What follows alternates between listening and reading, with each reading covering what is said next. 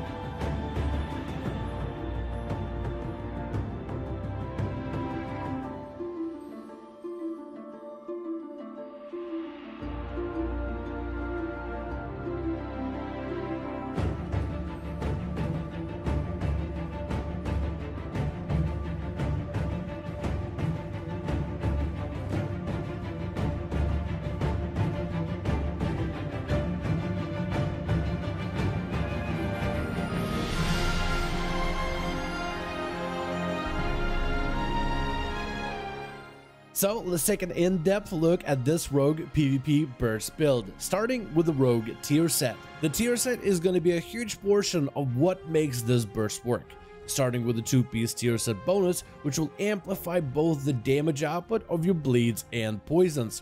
The 4-piece will cause your targets marked by your vendetta to suffer bleeds and poisons at a rapid rate. This bonus effect applies to all bleed effects, even certain talents like internal bleeding, and all poison effects like the sepsis ability of the Night Fae Covenant. Sepsis applies a large amount of poison damage to the enemy target, which is buffed by both the 2-piece and the 4-piece tier set bonuses. For the Covenant of Night Fae, we will be running the Naya Soulbind, specifically for the Grove Invigoration trait, which causes Sepsis to further empower the rogue's bleeds and poisons by increasing rogue's mastery stat. For the Conduits, we want to run Septic Shock, which will further bolster the damage of Sepsis, Well-Placed Steel, which will make a target more vulnerable to your poison damage, and Lethal Poisons for even more nature damage. For your legendary choices, you'll want to run the Mark of the Master Assassin, which will guarantee that all rogue abilities will crit while in stealth or for a short time after leaving stealth. This crit buff is permanent as long as the rogue is in hiding, which means a rogue can put up dots on their target then vanish,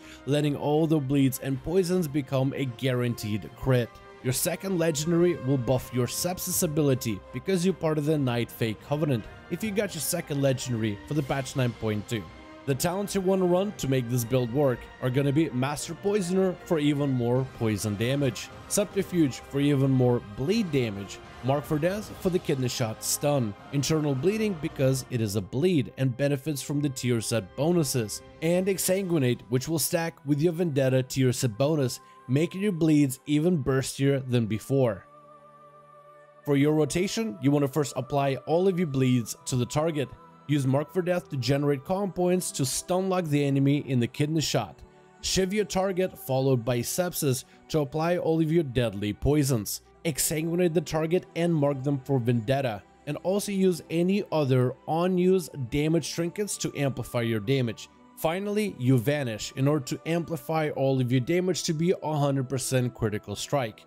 However, you can either sit in stealth, rotting down your foe, or open back up with Mutilates into an Envenom to continue adding more pressure onto the enemy target. And that's going to be the Assassination Rogue tier set double legendary Night Fae burst build for PvP in the patch 9.2. Thank you all so much for watching the video. I do hope you guys enjoyed. Let me know your thoughts in the comments below. Also, let me know in the comments if you think there's another build that we should cover on this channel. What class and spec that has very powerful bursts that is applicable in PvP that we should probably take a look at in a future video. If you guys enjoyed this video or found it informative, go ahead and give this video a thumbs up. I would very much appreciate it. And as always, in the description of every single video and live stream, we have a link to our Discord community channel. If you guys frequent these videos on the regular or want to let me know what you thought about this video update directly, DMs are always open. Join our Discord to join our community. But otherwise, thank you guys so much for watching this video. I do hope you guys enjoyed. Let me know your thoughts in the comments. And as always, I'll see all of you guys in another video.